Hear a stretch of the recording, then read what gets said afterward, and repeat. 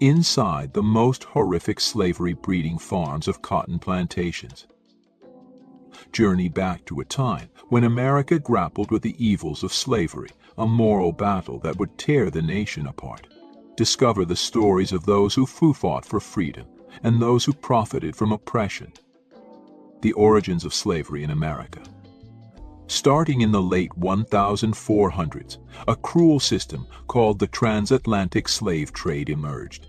Over a span of more than 300 years, from 1525 to 1866, it's estimated that a staggering 12.5 million Africans were ripped from their homes and shipped across the Atlantic against their will.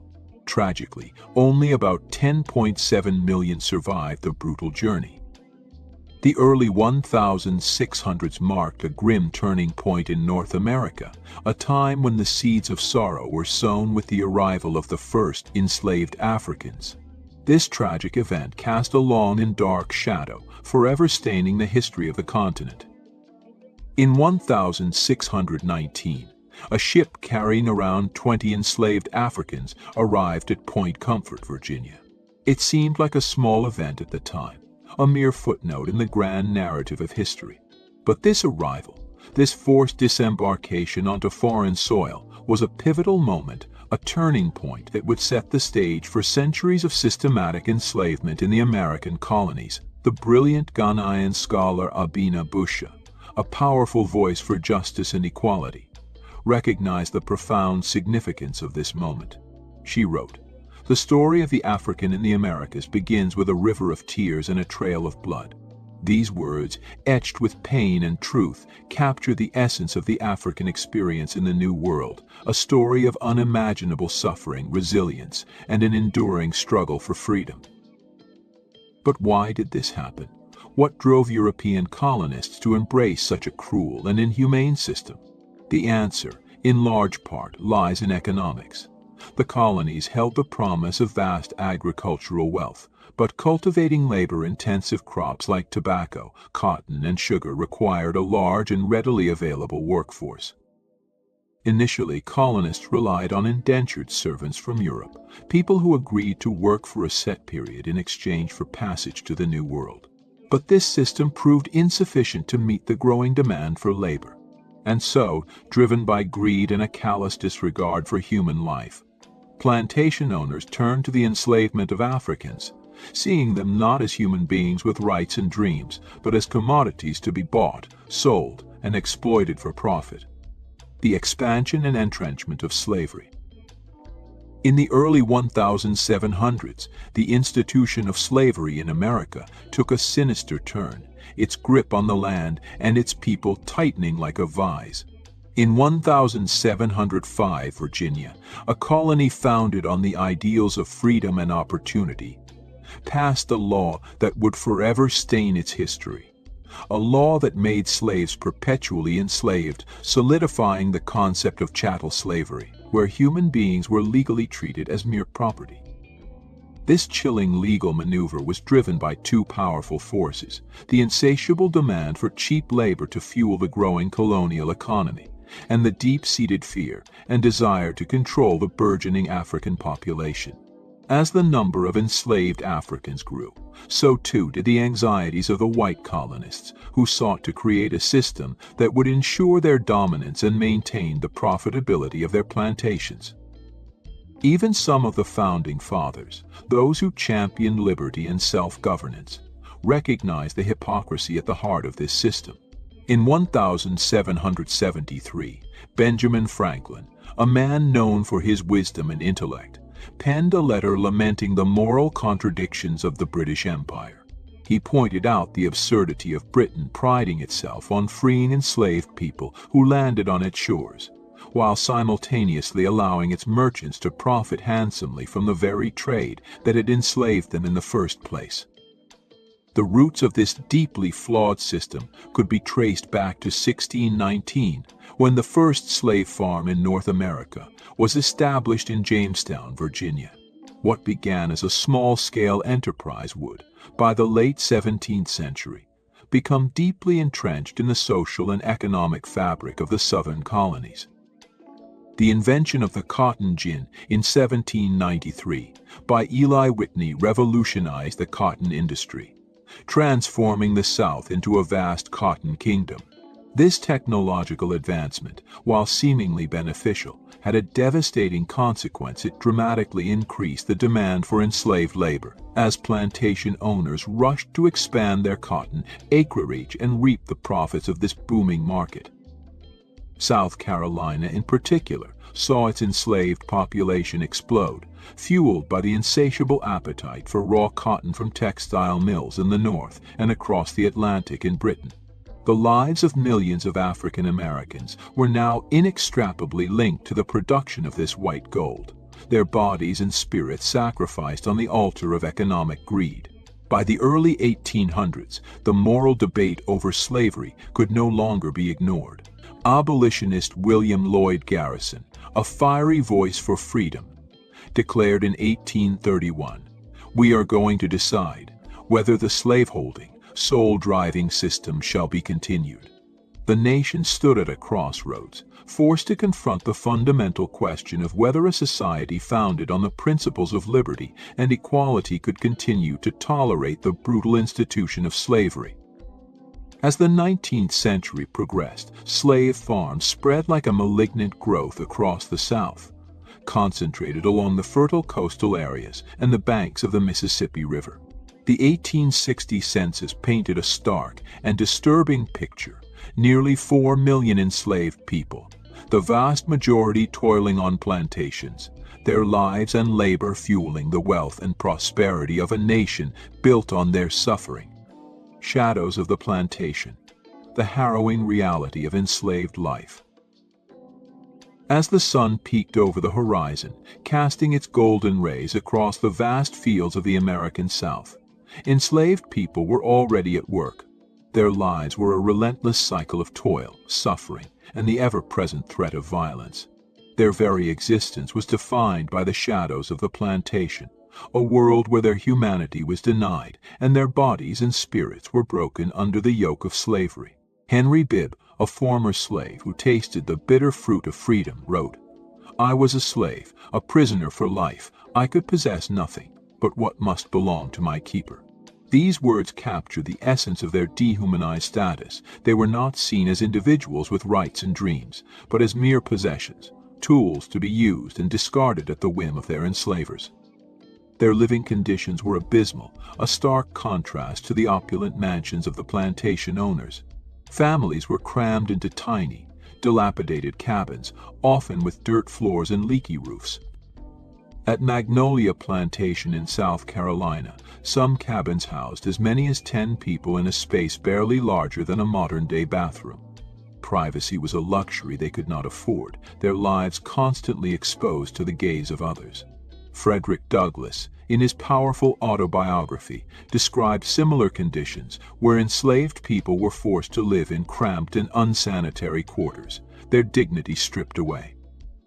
Food was scarce and of poor quality, barely enough to sustain the grueling labor they were forced to endure. Their meager rations typically consisted of cornmeal, pork fat, and molasses, a diet that lacked essential nutrients and left them vulnerable to disease. Solomon Northup, in his harrowing memoir, described the inadequate food provided to enslaved people, writing, "The allowance per week was a peck of corn and 3 or 4 pounds of pork, with a modicum of salt." Malnutrition and diseases like cholera and pneumonia were rampant, ravaging the slave quarters and claiming countless lives. Workdays were long and grueling, stretching from sunrise to sunset, with little respite. Cotton pickers, their hands raw and bleeding, were expected to pick an impossible 200 pounds of cotton each day. Failure to meet these quotas resulted in severe punishments, often at the hands of a brutal overseer. Douglass, in his searing account of slavery, described the horrific brutality he witnessed. The louder she screamed, the harder he whipped. Where the blood ran fastest, there he whipped longest. Even children as young as 3 were not spared from the horrors of plantation labor.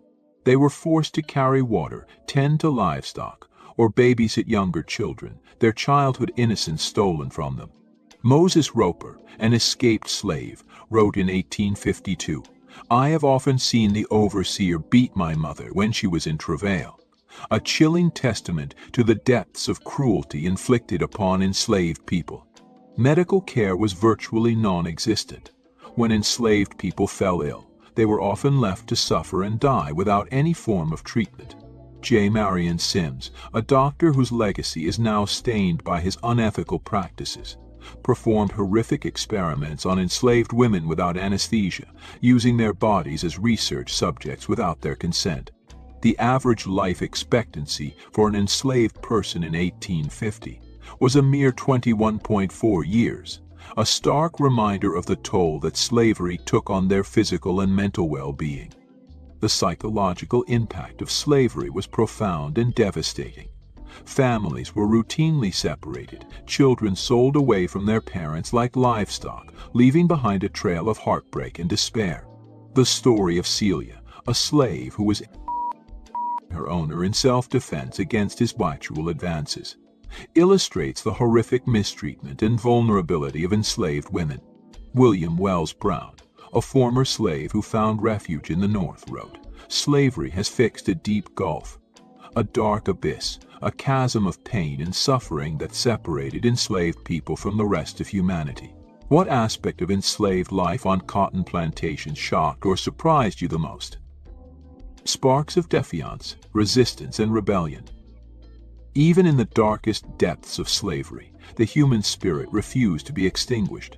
In the cramped and dimly lit slave quarters, whispers of resistance circulated like a hidden current, a testament to the unyielding desire for freedom that burned within the hearts of enslaved people.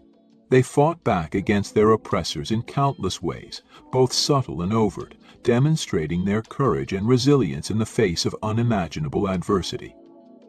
Harriet Tubman, a legendary conductor on the Underground Railroad, famously said, "I had reasoned there was one of two things I had a right to, liberty or death." These words encapsulate the fierce determination that fueled the resistance movement. Enslaved people understood that freedom was their birthright, and they were willing to risk everything to claim it. One common form of resistance was work slowdowns. Enslaved people would feign illness, break tools, or simply work at a deliberately slow pace, subtly disrupting the plantation's productivity and challenging the authority of their enslavers. Frederick Douglass, in his autobiography, recounted how enslaved people would use music as a form of resistance, singing coded songs that expressed their longing for freedom and their defiance of the system that held them captive. The shout, a rhythmic call and response tradition that developed on the Sea Islands, was another powerful example of cultural resistance. This unique musical form combined spiritual expression with covert communication, allowing enslaved people to share messages of hope and solidarity under the guise of religious practice. Escape attempts were frequent and daring. The Underground Railroad, a clandestine network of routes and safe houses, became a lifeline for thousands of enslaved people seeking freedom in the North. Harriet Tubman, a fearless conductor on the railroad, risked her own life to lead an estimated 70 enslaved people to freedom. William Still, a free black man who played a crucial role in the Underground Railroad, helped over 800 people escape to safety. He wrote in 1872, "The heroism should be kept green in the memory of this and coming generations, a testament to the courage and determination of those who risked everything for a chance at freedom." But resistance wasn't limited to individual acts of defiance. There were also large-scale revolts that shook the foundations of the slaveholding South. The Stono Rebellion of 1739 saw a group of enslaved Africans rise up in South Carolina, at least 20 white people and striking terror into the hearts of slaveholders. The rebellion, which lasted for several days, was brutally suppressed, but it demonstrated the potential for organized resistance and the deep-seated anger that simmered beneath the surface of plantation life. Historian Peter H. Wood wrote, "The Stono Rebellion was the largest revolt in Britain's mainland colonies, highlighting its significance in the history of slave resistance." Nat Turner's 1831 rebellion in Virginia was another pivotal moment in the fight for freedom. Turner, an enslaved preacher, led a group of around 70 enslaved and free black people in a bloody uprising that resulted in the deaths of an estimated 55 white people. The rebellion, though ultimately crushed, sent shockwaves through the South, leading to increased paranoia and the enactment of even stricter slave codes. Before his execution, Turner declared, "I am loaded with chains, but this is nothing compared to how I have been bound by my fellow creatures," a powerful statement that underscored the dehumanizing nature of slavery and the lengths to which enslaved people were willing to go to break free. The German Coast Uprising of 1811, the largest slave revolt in U.S. history, saw between 200 and 500 enslaved people march on New Orleans, armed with sugarcane knives and fueled by a burning desire for freedom. Led by Charles Deslons, they burned plantations and white slaveholders before being brutally suppressed by the militia. Over 100 enslaved people were killed in the aftermath, many beheaded as a warning to others who might dare to challenge the system. One rebel leader, Cook, declared, "We will show these whites that we are men, not beasts of burden," a defiant cry that echoed the sentiments of countless others who yearned to be recognized as human beings. Despite the brutal reprisals that often followed acts of resistance, the spirit of defiance could not be extinguished. William Wells Brown, a former slave who became a prominent abolitionist, wrote, "The slave is a thing, a marketable commodity, and yet he is a man, a powerful reminder that even in the eyes of the law, enslaved people were still human beings with inherent dignity and a right to freedom." Maria Stewart, a free black woman and abolitionist, issued a stirring call to action in 1833, urging black women to rise up and fight for their liberation. "O ye daughters of Africa, awake! Show forth that you are endowed with noble faculties." Her words resonated with enslaved and free black women alike, inspiring them to join the growing movement for abolition and to demand their rightful place in society. What forms of resistance employed by enslaved people do you find most inspiring or impactful? Slavery's central role in America's rise. The rhythmic clang of hammers, the creak of wagons, and the mournful songs of enslaved people. These were the sounds that echoed through the vast cotton fields of the American South, a symphony of forced labor that fueled the economic engine that propelled the United States to global prominence. But this prosperity came at a terrible human cost, a cost that can never be truly calculated.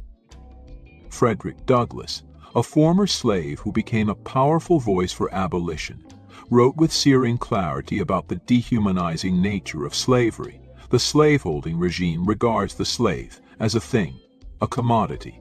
Enslaved people were not seen as individuals with rights and dreams, but as mere instruments of profit, their bodies and spirits reduced to mere entries on a ledger.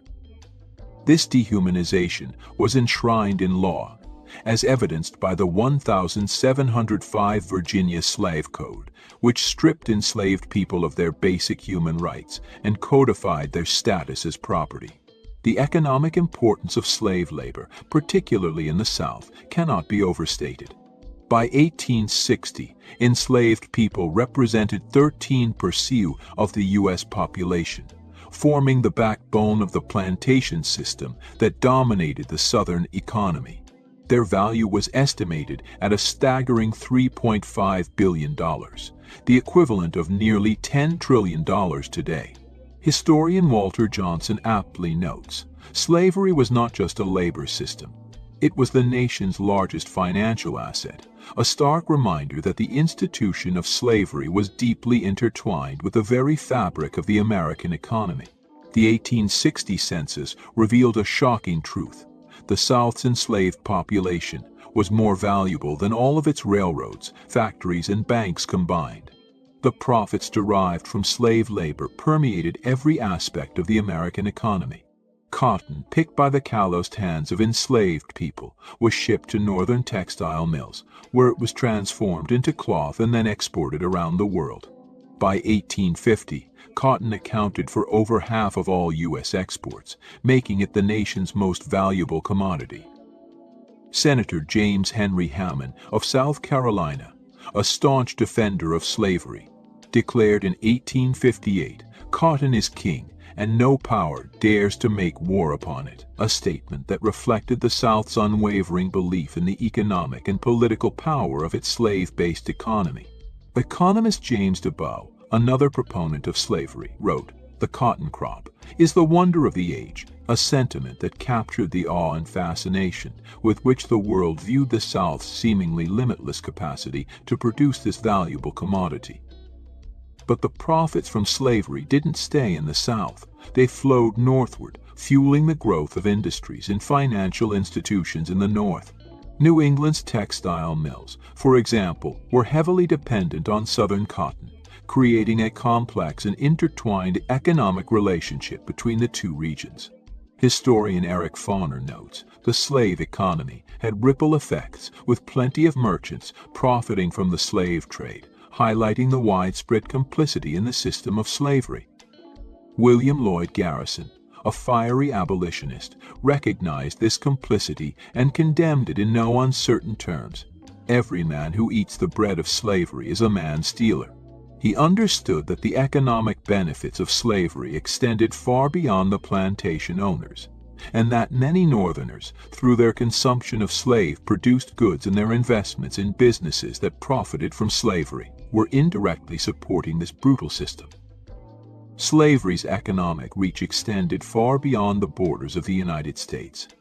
Southern cotton fed the textile mills of Great Britain, fueling the Industrial Revolution that was transforming the world. By 1860, nearly 80% of the cotton used in Britain came from the American South. Historian Sven Beckert writes, "Cotton, and with it slavery, became the driving force of a globally interconnected economy, highlighting the global significance of slavery and its impact on the world stage." Whispers in the Quarters, the hidden world of enslaved culture. As darkness descended upon the plantations of the American South, a different kind of life stirred in the slave quarters. Hushed voices mingled with soft laughter, as enslaved people gathered in the flickering lamplight, finding solace and strength in the shared bonds of community. They told stories of their homelands, sang songs that echoed across the ocean, and whispered prayers to their ancestors, preserving a rich cultural heritage that slavery sought to erase. Frederick Douglass, who escaped the shackles of slavery to become a powerful voice for freedom, wrote, "The slave's happiness is not the end sought by slavery. It is necessary to darken his moral vision." But despite the dehumanizing efforts of the slaveholding system, enslaved people found ways to nurture their spirits, to create beauty and meaning in a world designed to crush them. Their cultural practices were as diverse as the African nations from which they had been stolen. Historian Ira Berlin notes, "The African diaspora was a cultural diaspora. Enslaved Africans brought with them a tapestry of languages, religions, and traditions, weaving them together to create a vibrant and resilient culture in the New World." Preserving their ancestral religions was a vital act of resistance. Despite efforts by slaveholders to convert them to Christianity, many enslaved people continued to practice their native religions in secret, finding solace and strength in the spiritual traditions of their ancestors. Historian Albert J. Roboteau estimates that only about 10% of enslaved people were Christian by 1860. Others practiced religions like Vodun, Santeria, and conjure, using charms, herbal remedies, and rituals to heal the sick, protect themselves from harm, and connect with the spiritual world. William Wells Brown, a former slave, recalled, "There was not a man but that believed in conjuration," highlighting the widespread belief in the power of these traditional practices. These religious ceremonies often took place in hidden locations, known as brush arbor meetings or hush harbors, where enslaved people could gather in secret, away from the watchful eyes of their enslavers. Music and dance were also integral to their cultural expression, serving as both a source of solace and a form of resistance. Work songs, spirituals, and field hollers provided a rhythmic backdrop to their labors. a means of communication, and a powerful outlet for their emotions. Lawrence Levine, a scholar of African American culture, writes, "The spirituals are full of double meanings which describe their relationship to their masters. Songs like Steal Away to Jesus contained hidden messages about escape and freedom, while others expressed the deep sorrow and longing for a better life." Music and dance also played a crucial role in preserving African heritage. In New Orleans, enslaved people gathered in Congo Square on Sundays, drumming, singing, and dancing, keeping the traditions of their ancestors alive. Similar gatherings took place on plantations throughout the South, providing a space for enslaved people to express their cultural identity and to find a sense of community. The ring shout, a circular dance that combined African and European elements, was a particularly popular form of expression, its rhythmic movements and call and response vocals creating a powerful sense of unity and shared experience. Family and kinship networks were the bedrock of enslaved communities. Despite the constant threat of separation through sale or forced relocation, enslaved people forged strong bonds of family and community, providing each other with emotional support, practical assistance, and a sense of belonging in a world that sought to isolate and dehumanize them. Herbert Gutman, a historian who studied the lives of enslaved families, writes, "The most significant social unit was the family household," highlighting the central role that family played in the lives of enslaved people. The importance of family is reflected in the naming practices of enslaved people. Parents often gave their children African names or used surnames to denote kinship ties, even though they had no legal right to do so. Brenda Stevenson, a historian who has written extensively about enslaved families, writes, "Surnames provided a means to assert self and kin, demonstrating the powerful symbolic significance of names in maintaining a sense of identity and connection in the face of slavery's efforts to erase them." Sojourner Truth, born Isabella Baumfree, chose her name to reflect her newfound identity as a free woman and an activist for abolition and women's rights. Her name became a powerful symbol of her self-determination and her commitment to fighting for the liberation of all oppressed people. These cultural practices were not merely a means of survival, they were also acts of resistance. By maintaining their own traditions, their language, their music, their religion, and their family bonds, enslaved people asserted their humanity and their refusal to be defined solely by their enslavement. Douglass wrote, "The slave system was utterly hateful to me. I hated everything that reminded me of my condition." Their cultural expressions were a powerful way of reclaiming their identity, their dignity, and their hope for a future free from the chains of oppression. How do you think the legacy of slavery continues to impact American society today? The Unshackling, America's Long March Toward Emancipation. In 1831, a small group of determined individuals gathered in Boston to form the New England Anti-Slavery Society, one of the first organized abolitionist groups in the United States. William Lloyd Garrison, a fiery journalist and abolitionist, declared in his newly founded newspaper, "The Liberator, I will be as harsh as truth I do not wish to think, with moderation." His uncompromising stance and unwavering commitment to immediate abolition would inspire a generation of activists and galvanize the movement for freedom. John Greenleaf Whittier, a Quaker poet and abolitionist, captured the growing spirit of resistance in his 1833 poem, "No more shall the sighing of the slave rise in dread appeal." His words resonated with those who believed that slavery was a moral stain on the nation's soul, and that it was time to break the chains of oppression. The roots of the abolitionist movement could be traced back to the Quakers, a religious group that had long opposed slavery on moral grounds. In 1775, Anthony Benezet, a French immigrant and Quaker, founded the first abolitionist society in the United States. Benezet, a passionate advocate for human rights, wrote in 1762, "The Negroes are our fellow creatures. They have the same right to liberty that we have." a sentiment that would become a cornerstone of the abolitionist movement. The movement gained significant traction in the 19th century, fueled in part by the powerful voices of black abolitionists like Frederick Douglass. After escaping slavery in 1838, Douglass became a leading figure in the fight for freedom, using his eloquence and personal experiences to sway public opinion and expose the horrors of slavery. He wrote, "I have often been awakened by the shrieks of an own aunt whom he used to tie up and whip, a chilling account of the brutality that he had witnessed firsthand."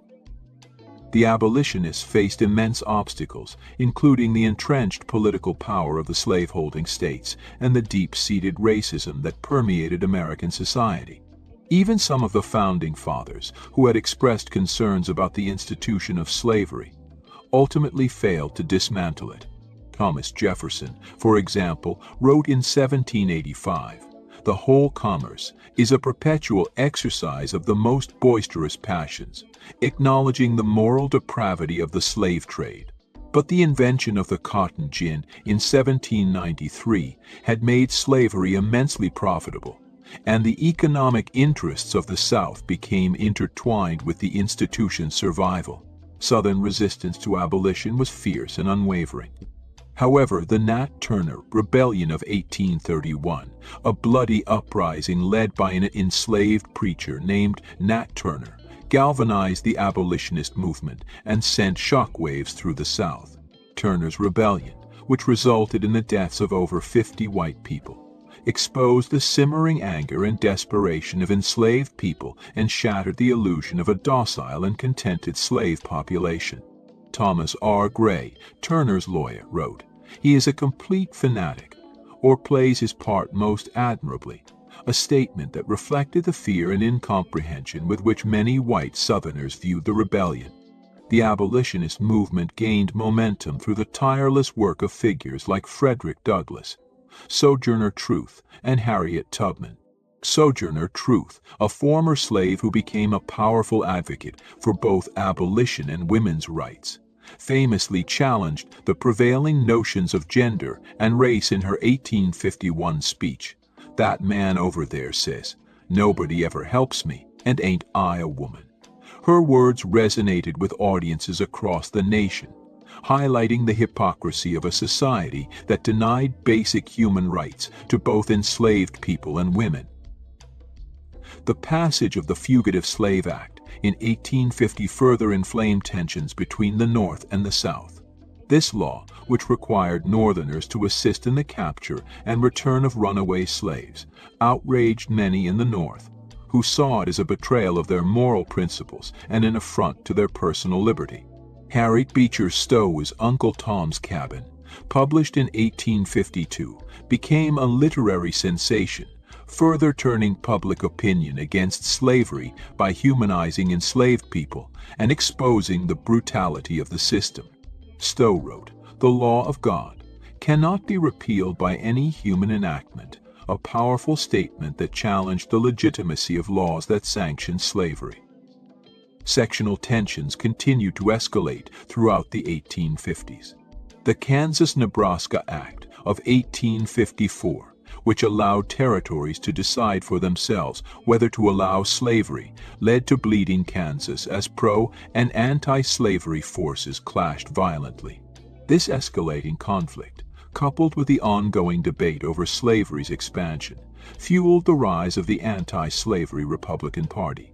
Their first presidential candidate, John C. Fremont, campaigned on a platform of free soil, free speech, free labor, and free men, a rallying cry that captured the growing sentiment against slavery in the North. The election of Abraham Lincoln as president in 1860 proved to be a pivotal turning point in American history. Lincoln, a Republican who opposed the expansion of slavery, was seen as a threat to the Southern way of life, and his election triggered the secession of Southern states from the Union, leading to the outbreak of the Civil War. Lincoln's Emancipation Proclamation, issued in 1863, declared enslaved people in rebel states to be free, a bold and decisive act that transformed the war into a fight, not just to preserve the Union, but to end slavery once and for all. In his second inaugural address, Lincoln reflected on the immense cost of the war and expressed his hope for a swift end to the conflict and a lasting peace. Fondly do we hope that this mighty scourge of war may speedily pass away. The legacy of slavery continues to shape America today. We must never forget the millions who suffered and fought for freedom. The story of America is deeply intertwined with the harrowing reality of slavery, an institution born of greed and built on the dehumanization of millions. To understand the origins of slavery in America is to confront a painful legacy that echoes through generations. It is a testament to the resilience of Black people, yet a dark reminder of the exploitative systems that sought to stifle our humanity. In the early 1600s, with the establishment of the English colonies, a labor-intensive agricultural economy emerged. The thriving demand for labor to cultivate lucrative crops such as tobacco and later cotton prompted colonists to seek a solution. Initially, they turned to indentured servitude, where European migrants would work under contract for a specified period in exchange for passage to America. But as time went on, it became increasingly clear that this system could not meet the insatiable demand for labor. By the 1610s, the first enslaved Africans were forcibly brought to Virginia, marking the beginning of a system that would evolve into a brutal and inhumane institution. The arrival of these Africans is often mischaracterized as an early step towards a system of labor that benefited all. However, what transpired was a fundamental shift that ingrained oppression into the very fabric of American society. Enslaved people were denied basic human rights, viewed not as individuals but as property, stripped of their identities and histories. The justification for this horrific transformation lay in the insidious ideologies that framed Africans as inferior. The construction of racial hierarchy became a convenient tool for a society eager to legitimize its exploitation. By the mid-17th century, laws were enacted that defined the status of enslaved individuals, establishing a legal framework for their oppression. Slave codes emerged, dictating every aspect of the lives of enslaved people and ensuring that they remained powerless against the will of their owners. This systematic dehumanization would echo through centuries, embedding racism deep within the national psyche. This system flourished, with slavery becoming the backbone of the Southern economy. The reliance on enslaved labor created immense wealth for plantation owners, while simultaneously extracting life and potential from countless Black bodies. However, this was not merely an economic issue. It was a moral blight that challenged the conscience of a nation. While some Americans benefited immensely, the truth remained. With each enslaved person forced into bondage, a part of humanity was violated, and the moral fabric of society frayed further. Resistance against slavery emerged in various forms. Enslaved people, refusing to be silent in their suffering, found ways to assert their humanity and dignity. From subtle acts of defiance, like slowing down work or feigning illness, to more overt actions, such as running away or organizing revolts, they demonstrated an unyielding spirit that defied their captors. The desire for freedom was a fire that could not be extinguished, igniting hope and courage in the face of unimaginable brutality. As we delve into the origins of slavery in America, it is crucial to recognize that this history is not merely a relic of the past. It continues to shape our reality today. The systemic racism rooted in the legacy of slavery has evolved but remains powerful, manifesting in socioeconomic disparities, police brutality, and discrimination in various forms. The history of oppression is a living history, and to ignore it is to deny the pain and struggles that have shaped our present circumstances. The resilience of the Black community in the face of oppression is both inspiring and tragic. From the ashes of slavery arose movements for justice and equality, spearheaded by courageous individuals committed to dismantling the structures of oppression. Yet, the journey towards true freedom and justice remains incomplete. The fight against systemic inequality is ongoing, and it requires an unrelenting commitment from all of us to confront the truth of our history. As we engage with this legacy, we must also celebrate the strength and resilience of our ancestors. They navigated a world designed to break them, and through their tenacity, they forged a path for future generations. From the creation of rich cultural traditions, music, and spiritual practices to the establishment of powerful networks of resistance, our history is one of survival and triumph. In facing the origins of slavery in America, we must ask difficult questions. What does freedom truly mean in a society built on the foundation of oppression? How do we acknowledge and rectify the injustices of the past while striving for equality today? The journey towards understanding and healing is not easy, but it is necessary. To each person who carries the weight of this history, remember that your struggles are not in vain. The legacy of our ancestors lives on through each act of resistance, each refusal to accept the status quo, and each step toward justice. Our voices will rise, echoing through the corridors of history, demanding recognition of what has been wrought upon us. We are not merely the products of a tragic past. We are the architects of the future. In acknowledging the origins of slavery in America, we reclaim our narrative, reaffirm our humanity, and continue the fight for a world that honors the spirit of those who came before us. Together, we march forward, a united force against the remnants of oppression, determined to build a society rooted in justice, equality, and dignity for all.